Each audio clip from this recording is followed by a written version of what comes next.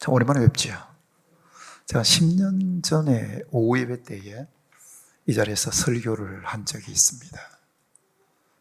하도 오래된 일이라 여러분도 기억 못할 것 같습니다. 무더위의 기세가 많이 꺾였습니다. 아침 저녁으로 시원한 바람이 부는 것을 보니까 가을에 들어섰다는 느낌이 듭니다. 한번 생각해 보십시오, 여러분. 수억 대의 에어컨을 동원한다고 해서 이 정도의 바람을 불게 할 수 있겠습니까? 계절의 섭리를 통한 하나님께서 하신 일입니다.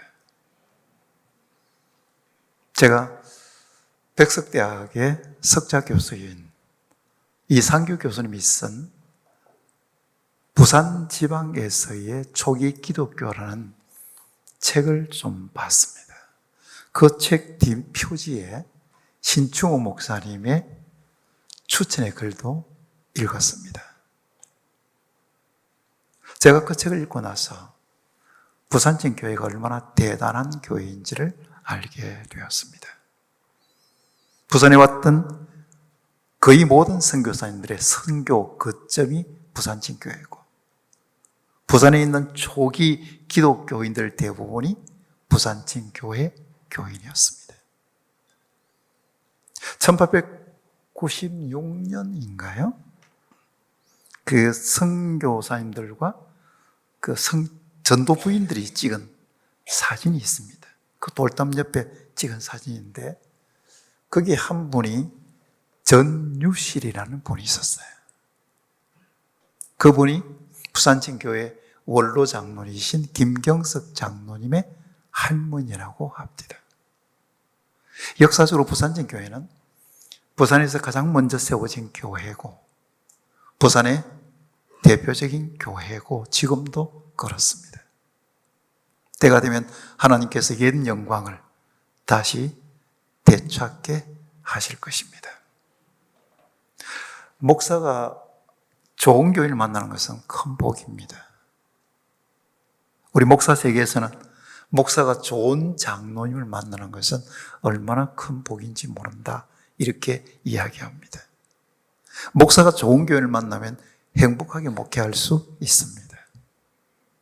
마찬가지로 교인이 좋은 목사님 만나는 것은 큰 복입니다. 교인이 좋은 목사님 만나야 행복하게 신앙생활할 수 있습니다. 여러분 이미 그 복을 받았다고 저는 믿습니다. 목사가 목사를 안다는 말이 있는데 저도 신충호 목사님과 몇 번 교제를 나누었습니다. 저는 목회 능력이 얼마나 탁월한지 그건 잘 몰라요. 그러나 몇 번 뵈면서 참 인격적으로 훌륭한 분이다. 예의 바르고 겸손하고. 여러분 이런 목사님들이 요즘 만나기가 쉽지 않습니다. 기독교 역사관의 중요한 전제 중에 하나가 사람이 역사를 이끌어가는 것이 아니라 하나님께서 역사를 이끌어 간다는 겁니다. 사람이 역사를 이끌어 간다면 우연이란 존재합니다. 그러나 하나님께서 역사를 이끌어 가신다면 우연이란 존재하지 않습니다. 모든 것은 하나님의 섭리입니다. 역사 속에서 일어나는 일도, 그리고 가정에서 혹은 직장에서, 그리고 교회에서 일어나는 그 모든 일은 우연이 아니라 하나님의 섭리입니다. 우리가 이해할 수 없고 우리가 받아들이기 힘들어도 그 일에도 하나님의 뜻이 있다고 믿는 것이 하나님의 섭리를 인정하는 교인들의 태도입니다. 여러분이 부산진 교회에 교인이 된 것 우연이 아닙니다. 여러분 스스로의 선택이나 결정에 의해서 부산진 교회 교인이 된 것이 아니란 말입니다. 아무리 내가 원하고 선택한 것 같아도 사실은 하나님이 불러주셨고 부산진 교회 교인이 되는 이 모든 것들은 하나님께서 이루신 일입니다. 우리 동네에 아파트가 하나 있는데요. 그 아파트에 남구에서 살고 있는 한 교인이 이사를 왔습니다. 우리 교회에서 한 1km 정도 떨어져 있는 대청교회가 있는데 대청교회에 한 달 동안 예배드리러 갔습니다.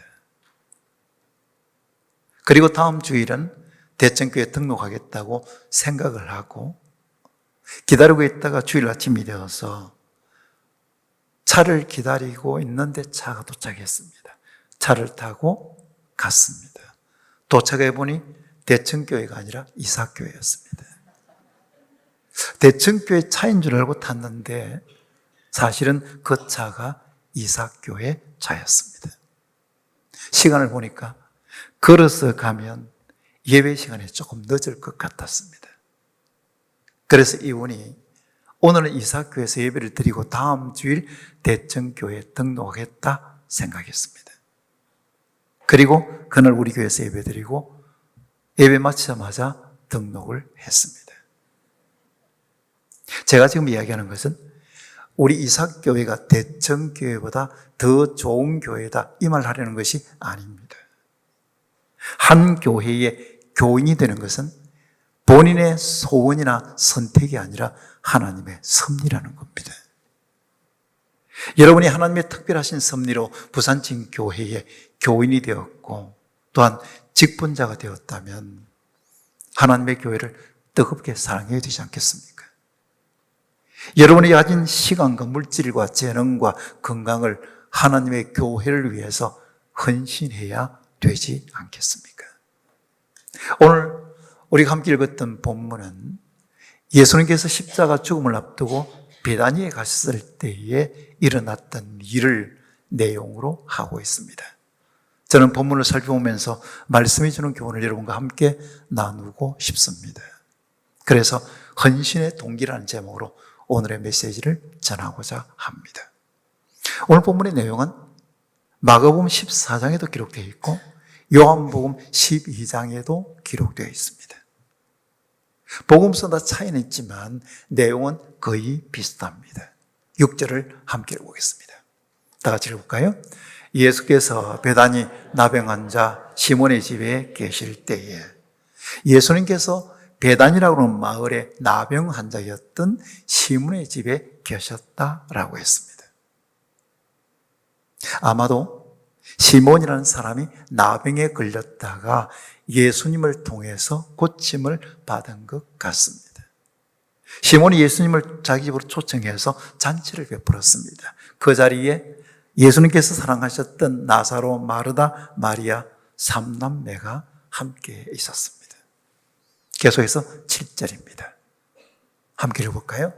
한 여자가 매우 귀한 향료 한 옥합을 가지고 나와서 식사하시는 예수의 머리에 부으니 한 여자가 매우 귀한 향료 한 옥합을 가지고 나와서 예수님의 머리에 향유를 부었다라고 했습니다. 요한복음 12장에서는 이 여자 이름을 마리아라고 했습니다. 마리아가 자신이 가지고 있던 귀한 향유를 예수님의 머리에 부었습니다. 다른 복음서에서는 이 향유의 가격을 300데나리안이라고 했습니다. 이스라엘 땅에서 유통되고 있던 향유 중에 가장 비싼 가격으로 거래되던 나드 향유였기 때문입니다. 300데나리온이 얼마나 큰 돈이냐면 당시 1데나리온은 노동자 하루 품삯이었습니다. 그때의 화폐 가치와 지금의 화폐 가치를 단순 비교할 수는 없지만 하루 품삯을 10만 원으로 잡는다면 그 향유의 가격이 300데나리온이니까 3천만 원입니다. 이렇게 비싼 향유를 마리아가 예수님께 부어드렸습니다.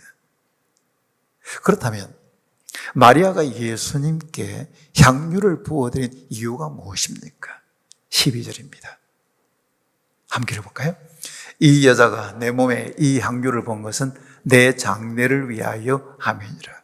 이 여자가 내 몸에 이 향유를 부은 것은 내 장례를 위하여 함이니라. 이렇게 이야기했습니다.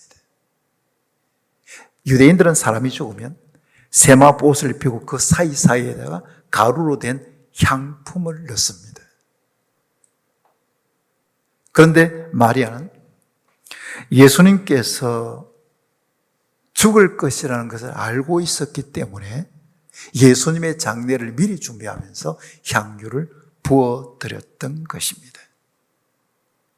예수님께서 제자들에게 너희는 나를 누구라 하느냐고 했을 때에 베드로가 주는 그리스도시요 살아계신 하나님의 아들이라고 하는 위대한 신앙 고백을 합니다.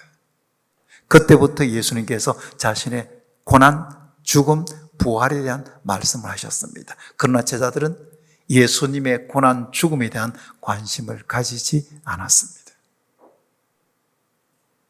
그러나 마리아는 예수님의 말씀을 듣고 예수님의 말씀을 믿었습니다. 예수님께서는 언젠가는 죽는다. 예수님께서 이 말씀을 하시는 거 보니 곧 죽음이 가까웠다는 사실을 알았기에 자신이 가지고 있던 가장 값비싼 향유를 예수님의 머리에 부어드릴 수 있었습니다. 어떤 사람들은 마리아를 종교 중독자라고 말합니다. 종교 중독자가 아니라면 어떻게 이렇게 비싼 향유를 예수님께 부어드릴 수 있느냐라고 말합니다. 사이비 이단이나 사이비 집단에 빠진 사람들은 거의 다가 종교 중독자입니다. 교주가 죽으라면 죽습니다. 여자들은 몸도 내어주고 재산도 다 내어줍니다. 그들이 헌신하는 것, 그들이 자신이 가진 모든 것을 주는 것은 예수님에 대한 사랑이 아닙니다. 교주에 대한 사랑입니다. 제가 아는 한 집사님이 서울에 살고 있어서 제가 한번 그 집을 방문했던 적이 있습니다. 거실에 보니까 자기 교회 목사 사진을 걸어 놓았어요. 그래서 제가 목사 사진을 왜 걸어 놓았지? 집사님 저 왜 사진을 걸어 놨냐 그랬더니 자기 교회 교인들은 목사님을 너무 존경하기 때문에 교인 집집마다 목사님 사진을 걸어 놓는다는 거였습니다. 혹시 신추호 목사님 사진 걸어 놓은 분 있습니까? 결국 그 교회는 이단으로 정죄되었습니다. 예수님은 사람들을 미혹해 해서 자신의 이익을 챙기는 사이비 이단의 교주가 아닙니다. 인류의 구원자입니다. 마리아는 자신을 구원해 주시고 자신을 사랑해 주신 예수님의 그 은혜가 너무 고마웠어요. 그리고 그 예수님을 사랑해서 자신이 가지고 있는 값비싼 향유를 부어드린 겁니다. 그러면 마리아의 헌신의 동기는 예수님에 대한 사랑입니다. 여러분, 남편이 아내를 사랑하면 아내를 위해 못할 것이 없습니다. 시간 내는 것, 돈 내는 걸 아까워한다고 한다면 그 사람이 시간이 없기 때문이 아니라 돈이 없기 때문이 아니라 아내에 대한 사랑이 식었기 때문입니다. 집사람이 대상포진으로 고생한 적이 있습니다. 대상포진을 알아보지 않는 사람은 그 고통을 모릅니다. 굉장히 고통이 심했습니다. 제가 토요일 설교한다고 모양실에 있는데 전화가 왔습니다. 어디 좀 가야 되는데 잠시 좀 나를 태워서 갈 수 있느냐는 것이었어요. 제가 거의 마무리 짓고 있었기 때문에 지금은 내가 시간이 안 되고 조금 이따 가겠다고 했더니 집사람이 힘없이 알겠어요 하고 전화를 끊었습니다. 제가 설교를 준비하는데 자꾸만 어떤 생각이 드느냐 하면 아내가 지금 대상포진으로 고생하고 있는데 아내가 부탁하는 그거 못 들어주나? 그런다고 너 아내 사랑한다고 생각할 수 있냐? 뭐 그런 등등으로 자꾸만 이렇게 마음이 불편했습니다. 그래서 정신을 번쩍 차리고 아내에게 전화를 했습니다. 네, 지금 가겠다고 했더니 이미 딸하고 같이 가고 있었습니다. 때는 늦어버렸습니다. 점수 다 잃어버리고 말았습니다. 사랑과의 관계도 그렇습니다. 사람에 대한 헌신이라고 하는 것은 결국 사랑하면 헌신하게 되어 있는 겁니다. 그러면 헌신하지 않는다는 것은 사랑이 식었다는 증거입니다. 여러분, 교회를 위해서 헌신한다. 그 헌신이 지금 내가 식어졌다. 그건 사랑이 식었다는 것이지 내가 다른 것이 없어서가 아닙니다. 사랑하면 헌신하게 되어 있습니다. 여러분은 지금 헌신하고 있는 겁니까? 그렇다면 여러분은 교회에 대한 사랑이 있는 겁니다. 여러분 헌신하지 않고 있는 겁니까? 생각을 해봐야 됩니다. 나는 예수님에 대한 사랑이 식어졌다? 혹은 교회에 대한 사랑이 식어졌다? 여기에 대해서 분명한 대답을 할 수 있는가 질문해 봐야 되는 거지. 다시 본문으로 들어가 보겠습니다. 8절과 9절입니다. 다 같이 읽어볼까요?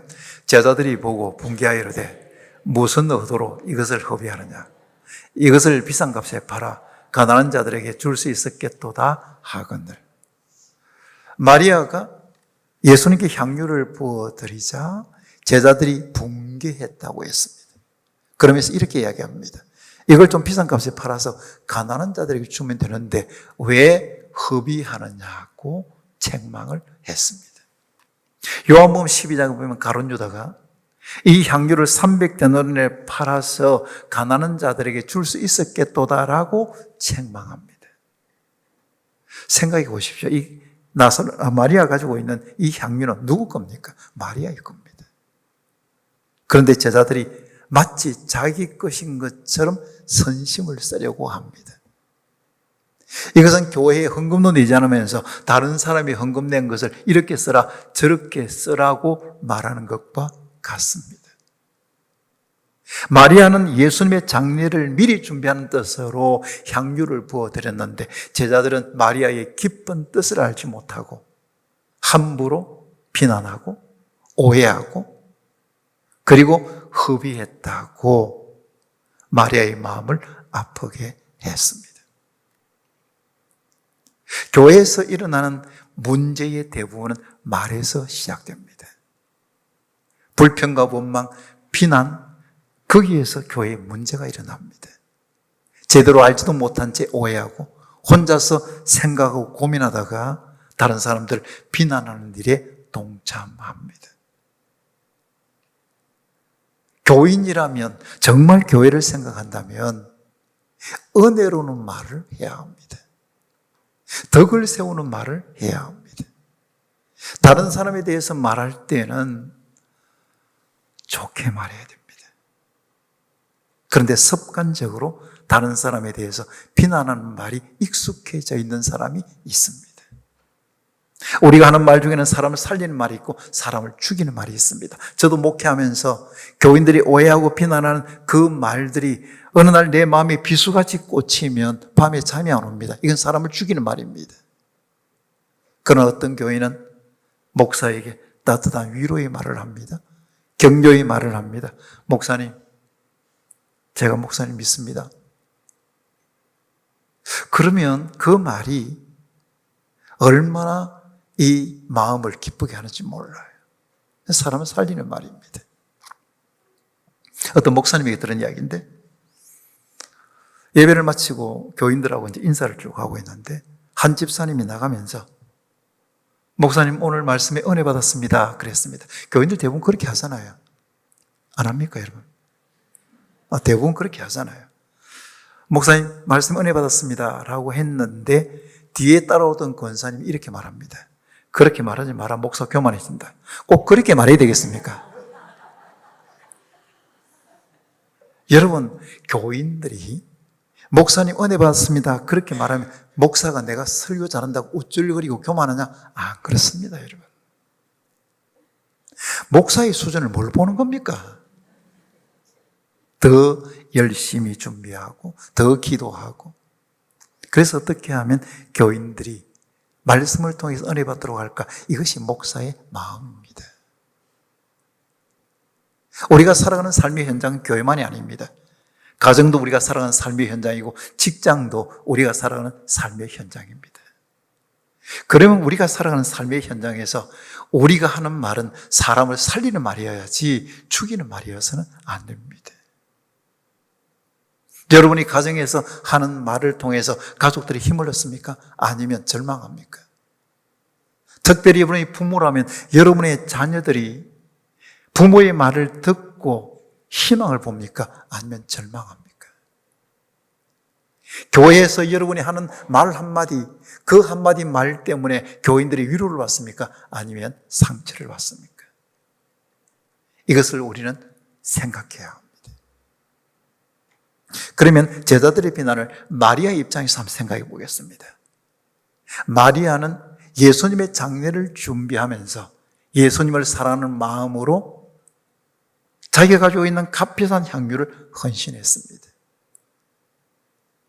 그러나 돌아온 것은 제자들의 비난이었습니다. 향유를 팔아서 가난한 사람들에게 줄 수 있었는데 주지 않았다고 하는 비난이었습니다. 우리 어떤 집사님이 찾아왔습니다. 봉사 많이 하는 집사님입니다. 우리에게 등록한 지가 그렇게 오래는 되지 않았었어요.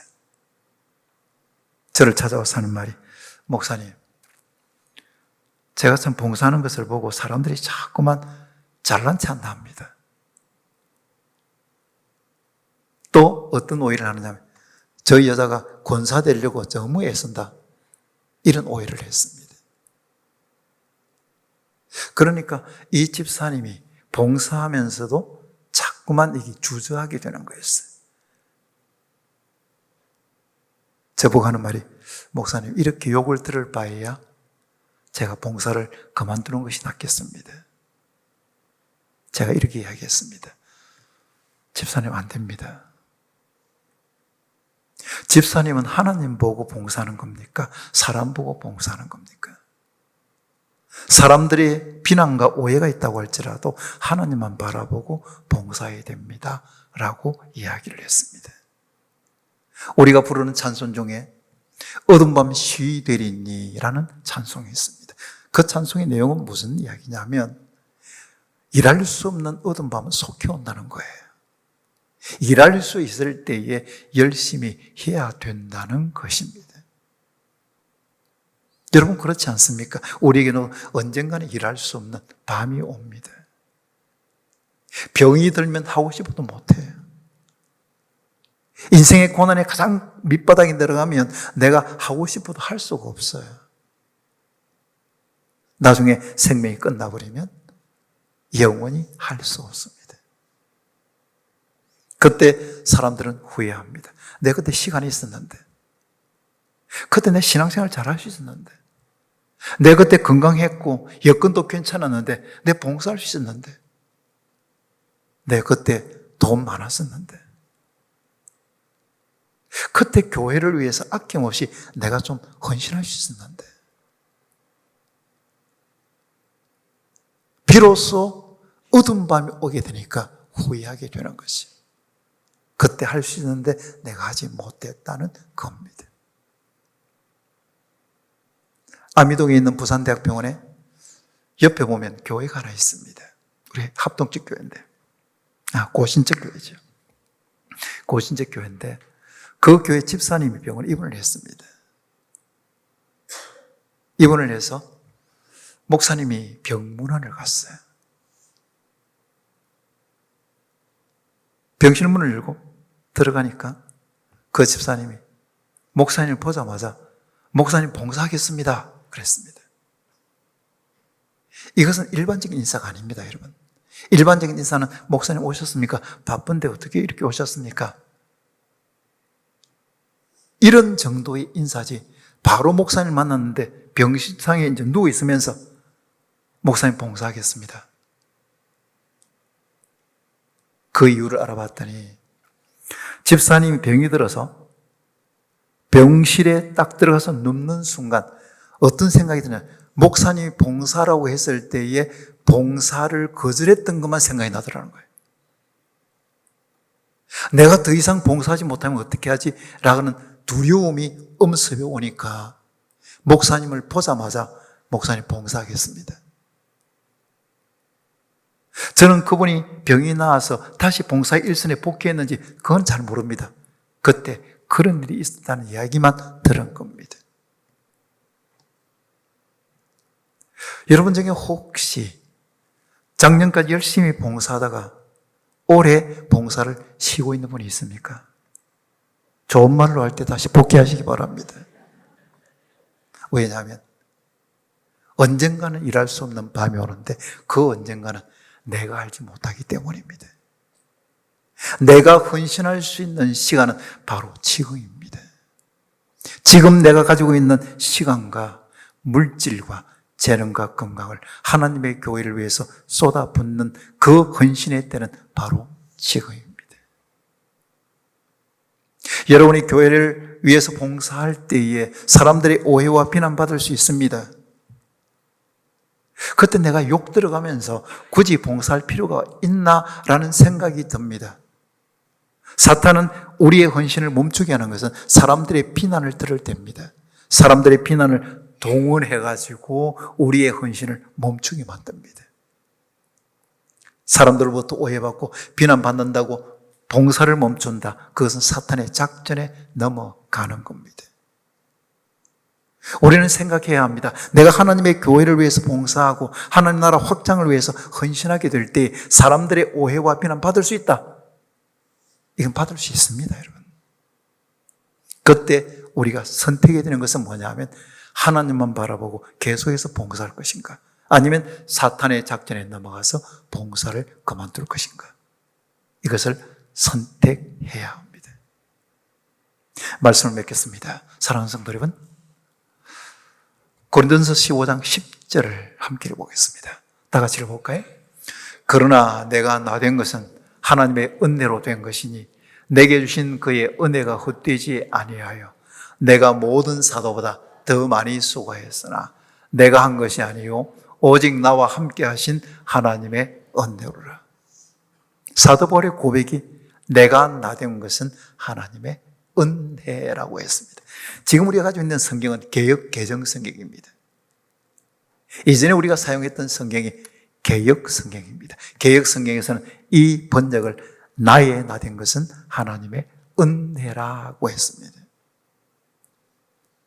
나의 나된 것은 하나님의 은혜라는 이 고백은 바울만의 고백이 아니라 우리 모두의 고백입니다. 지금까지 살아왔던 삶을 돌아봐도 하나님 은혜고, 지금도 살아가는 것이 하나님 은혜고, 앞으로 살아가는 것도 하나님의 은혜로 살아갈 것인가를 우리가 믿고 있기 때문에 나의 나된 것은 하나님의 은혜라는 고백은 바로 나의 고백입니다. 우리 집사님이 택시 기사를 했는데 한 번은 새벽 1시에 사하구에서 교통사고가 났습니다. 고신대학병원에 입원했는데 한 달 만에 세상을 떴습니다. 제가 급히 병원에 가보았더니 온몸은 붕대로 다 감겨 있었습니다. 그리고 콧줄로 음식물이 들어가고 있었어요. 의식도 없으니까 제가 기도하고 나왔는데 점심을 먹는데 갑자기 이제 이 가슴이 울컥하는 거예요. 제가 지금 방금 우리 집사님이 누워서 음식물을 먹는 것이 아니라 음식물이 들어간 것을 지금 보고 왔습니다. 그런데 내 손으로 밥을 떠먹을 수 있다? 이게 당연한 것이 아니구나. 내가 음식을 씹어 먹을 수 있다? 이건 당연한 것이 아니구나. 모든 것이 하나님의 은혜인데 나는 너무나 이걸 당연하다고 생각했구나 생각이 들었습니다. 그러니까 가슴이 울컥하게 된 거예요. 우리가 살아가는 일상의 삶이 다람쥐 쳇바퀴 돌듯이 반복되는 것 같지만 그 어느 것 하나도 당연한 것은 없습니다. 다 하나님의 은혜입니다. 하나님이 손 놔버리면 우리는 다 끝입니다. 오늘 하루를 우리가 생각해 봐도 오늘 아침에 잠에서 깼습니다. 여러분, 이게 당연한 겁니까? 아침에 잠을 깨지 못하는 사람도 있는데 잠을 깬 것 하나님의 은혜입니다. 아침에 차를 타고 왔든지 아니면 걸어서 왔든지 예배당에 앉아서 하나님 앞에 예배드릴 수 있다는 것이 당연한 겁니까? 그렇게 소망하고 싶어도 예배드릴 수 없는 환경에 있는 사람들이 있는데 우리는 이것이 당연한 것이 아니라 하나님의 은혜입니다. 우리가 살아가는 모든 삶은 당연하다고 말할 수 있는 것은 하나도 없습니다. 모든 것은 하나님의 은혜입니다. 그 하나님의 은혜로 우리는 부산진 교회의 교인이 되었다. 이런 고백을 여러분 가지고 있는 거 아닙니까? 하나님의 은혜로 부산진 교회의 직분자가 되었다. 찬양대원으로 봉사할 수 있게 되었다. 주일학교, 교회학교 교사로 봉사하게 되었다. 이런 일들이 우리는 너무나 당연하다고 생각하지만 사실은 당연한 것이 아니라 하나님의 은혜입니다. 하나님의 은혜라면 헌신해야 되지 않겠습니까? 우리가 하나님 앞에 우리의 남은 생을 어떻게 헌신할 것인지 이 결정은 내가 어떻게 살아왔는지를 돌아보면 내 헌신의 어떤 척도가 되는 거 아니에요. 다 은혜인데 내 노력의 결과가 아니고 내 선택의 결과가 아니라 하나님의 은혜라고 한다면 나는 하나님을 위해서 내 시간 드리고 물질 드리고 재능 드리고 건강 드리고 이런 거 결코 아깝지 않다. 이것은 당연히 내가 해야 될 일이다 라는 마음이 들게 되는 거지. 여러분 교회를 사랑하십니까? 그 사랑을 교회에 대한 헌신으로 보여주시기를 바랍니다. 여러분이 예수님을 위한 헌신 그리고 교회를 위한 헌신이 예수님을 위한 사랑과 그리고 교회를 위한 사랑에서 출발한다는 사실을 잊지 말고 하나님을 위해서 계속해서 잘 섬기고 교회를 잘 섬기고 그래서 하나님의 영광을 위해서 쓰임받는 귀한 성도들이 될 수 있기를 축원합니다. 기도하겠습니다. 여러분 우리는 지금까지 삶을 살아오면서 돌아보니 다 하나님의 은혜였습니다. 지금도 하나님 은혜로 살고 있고 앞으로도 하나님 은혜로 살 것입니다. 우리 일상의 삶이 계속되지만 그 어느 하나 중에 당연한 것은 없습니다. 다 하나님의 은혜입니다. 여러분이 부산진 교회 교인 된 건 하나님의 은혜입니다. 그렇다면 교회를 위해서 헌신해야 되지 않겠습니까? 우리가 헌신이 약해졌다는 것은 교회에 대한 사랑이 예수님에 대한 사랑이 식어졌다는 증거입니다. 혹시 봉사를 쉬고 있는 분이 있습니까? 다시 하나님 앞에 결단하셔야 됩니다. 혹시 봉사하면서 오래만 하고 그만둘 것이라고 마음에 작정하고 있는 분이 있습니까? 그 마음을 내려놓아야 합니다. 왜냐하면 예수님을 사랑하고 교회를 사랑하기 때문입니다. 이 시간 하나님 앞에 지금까지 살아왔던 삶이 은혜임을 생각하며 하나님 감사하고 앞으로 내가 가진 모든 것으로 하나님의 교회를 위해서 잘 섬기겠다고 다짐하는 기도뿐만 아니라 여러분이 섬기는 이 교회를 위해서 우리 조용하게 한번 기도하는 시간을 갖도록 하겠습니다. 기도하겠습니다.